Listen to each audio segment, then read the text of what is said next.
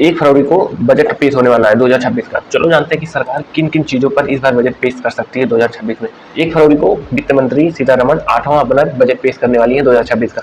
चलो जान लेते हैं कि बजट किन चीज़ों पर पेश होने वाला है 2026 में, क्या टारगेट रहेगा सरकार का, क्या किसानों के लिए भलाई होगा, गरीबों के लिए क्या रहेगा। चलो इन सभी चीज़ों के लिए जानते हैं और मिडिल क्लास को क्या इससे फ़ायदा होगा। तो थोड़ा अपडेट जानते हैं जो प्री डिस्कशन हुआ है कल परसों 28-29 को पार्लियामेंट में, तो उससे कुछ पता चला कि किस पे बजट पेश हो सकता है। तो जो सबसे पहला है कि जो इनकम टैक्स है, इनकम टैक्स 13 लाख तक की जो कमाई है उस पर फ्री टैक्स हो सकता है। जैसे पहले जो बजट पेश हुआ था 2025 में, उसमें से 12,75,000 तक फ्री, जिसमें 50,000 डिडक्शन था। लेकिन इस बार क्या हो सकता है कि 25,000 और बढ़ सकती है, मतलब 13 लाख तक कमाई पर टैक्स फ्री हो सकती है। तो इससे क्या होता है कि सेविंग और बढ़ सकती है। तो ये मिडिल क्लास के लिए बेस्ट है। दूसरा सरकार का टारगेट क्या है? दूसरा है कि जो किसान सम्मान निधि है, जो हर साल सरकार 6,000 रुपये किसानों को देती है, उसमें 50% इंक्रीमेंट हो सकता है। मतलब अब ये जो 6,000 है 9,000 रुपया हो सकता है। तो इससे किसानों के लिए बड़ी खुशखबरी हो सकती है कि 3,000 रुपये उनको और मिलेगा। ठीक, जहाँ तक अभी तक टारगेट है तो इस पर फोकस किया जाएगा। ठीक, क्योंकि पिछले 2-3 साल से इस पर डिस्कस हो रहा था। तो इस बार 2026 में पक्का इस पर बजट पास होने वाला है। ठीक, तीसरा जो टारगेट है कि जो पीएम सूर्य घर योजना 2 किलोवाट का सोलर पैनल लगाने में 60,000 का सब्सिडी मिलता था, अभी 80,000 हो सकता है। ठीक, मतलब कि हर किलोवाट पर 10,000 रुपये बढ़ सकते हैं। इससे क्या होगा कि जो सब्सिडी 60,000 मिलती थी पैनल लगवाने के लिए 2 किलोवाट, वो उस सब्सिडी अब 80,000 हो जाएगी। ठीक, तो इससे जो होगा मिडिल क्लास को इससे भी फायदा हो सकता है।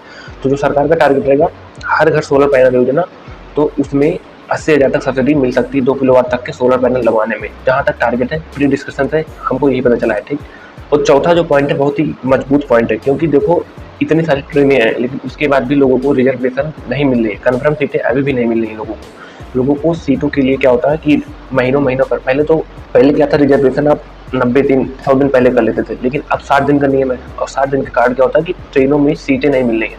तो इससे क्या हो सकता है कि इस बार बजट में इन सभी चीज़ को देखते हुए कि रेल इंफ्रा पे 300 से ज़्यादा ट्रेनें और चल सकती हैं। जैसे अमृत भारत, वंदे भारत चली है, उससे अगर 300 प्लस और ट्रेनें भारत में आ सकती हैं। इससे क्या होगा ना, जो रिजर्वेशन वाली प्रॉब्लम है वो कम हो सकती है थोड़ा। तो टारगेट है कि सरकार का 2030 तक का जो टारगेट है सरकार का कि किसी को भी टिकट के लिए रिजर्वेशन ना करवाना पड़े, मतलब बीटिंग ना करना पड़े। तो अगर 2030 तक इसको पुराना है तो 2026 में 300 प्लस ट्रेनें चला सकती हैं। ठीक, पांचवा जो सबसे बड़ी बात है कि जो आयुष्मान भारत है, अभी तक 70 प्लस के जितने भी बुजुर्ग थे उनको आयुष्मान भारत का लाभ मिलता था, लेकिन ये क्या हो सकता है कि इसको कम करके 60 प्लस वालों को भी दिया जा सकता है। मतलब जो 60 प्लस हो गए हैं उनको भी 5 लाख तक की फ्री इलाज कराई जा सकती है।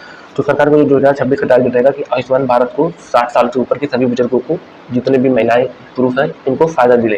पहले ये 70 साल था, अभी 60 साल करने की टारगेट में है। तो इन 5 चीज़ों पर कल 1 फरवरी को बजट पेश हो सकता है। और मैं आपको बता दूं जो सबसे बड़ी बात है कि 1 फरवरी को हमारा स्टॉक मार्केट खुला रहेगा, 9:30 से 3:30 बजे तक खुला रहेगा और वित्त मंत्री 11 बजे बजट पेश करेंगे।